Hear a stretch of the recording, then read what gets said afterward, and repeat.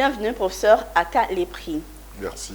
Vous êtes responsable du service surveillance des maladies à la direction de coordination du programme élargi de vaccination et vous êtes sur le plateau de Business 24 Africa pour faire le bilan du premier passage de vaccination contre la poliomyélite. Nous allons également parler des perspectives de la prochaine campagne.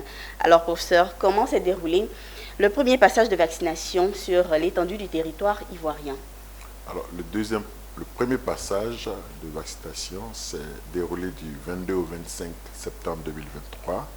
Il a permis de vacciner 7 284 000 enfants sur 6 702 000 attendus, soit une couverture vaccinale administrative de 108%.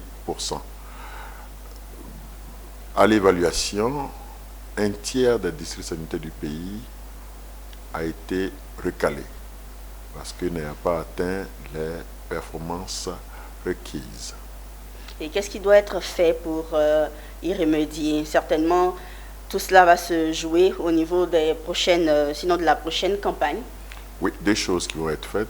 La première chose, c'est d'améliorer l'offre de services.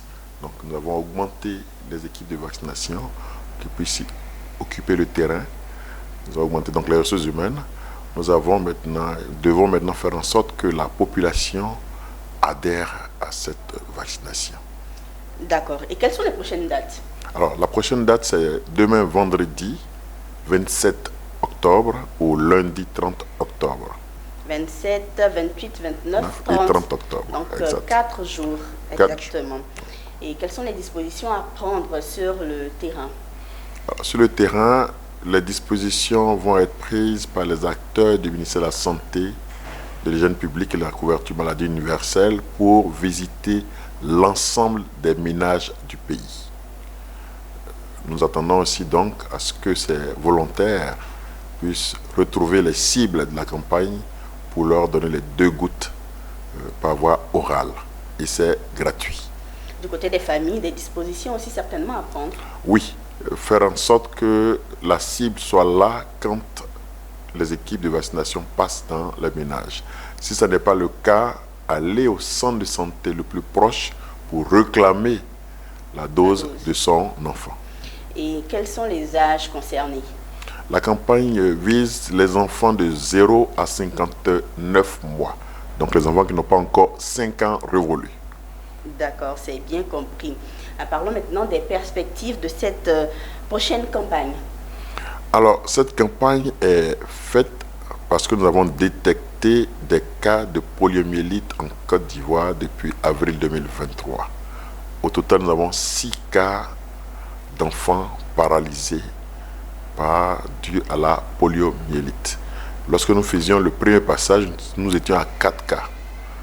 Entre les 2 passages, il s'est écoulé 1 mois et nous avons eu 2 autres cas. Ça veut dire que le virus circule et pour ça, nous devons réussir cette campagne qui va commencer demain. Si nous vaccinons bien, nous serons sûrs d'arrêter la circulation et de ne plus compter de nouveaux cas de poliomyélite dans notre pays. Alors, professeur Aka, un message pour tous ces agents qui seront sur le terrain et pour les familles? Alors, à l'endroit des agents, des acteurs du ministère de la Santé, de l'hygiène publique et de la couverture maladie universelle, c'est occuper tout le terrain sur les 4 jours. Occuper le terrain de sorte à retrouver l'ensemble des cibles, aller dans les marchés, dans les ménages, dans les gares, dans les églises, pour repérer, identifier la cible et vacciner cette cible-là. C'est gratuit, les moyens sont donnés pour cela.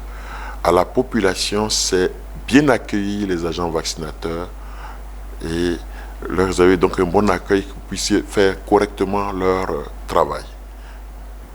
Merci, professeur. Je rappelle que vous êtes responsable du service de surveillance, des maladies à la direction de coordination du programme élargi de vaccination qui est, je le rappelle, un programme qui vise à protéger les cibles les plus vulnérables contre les maladies évitables par la vaccination.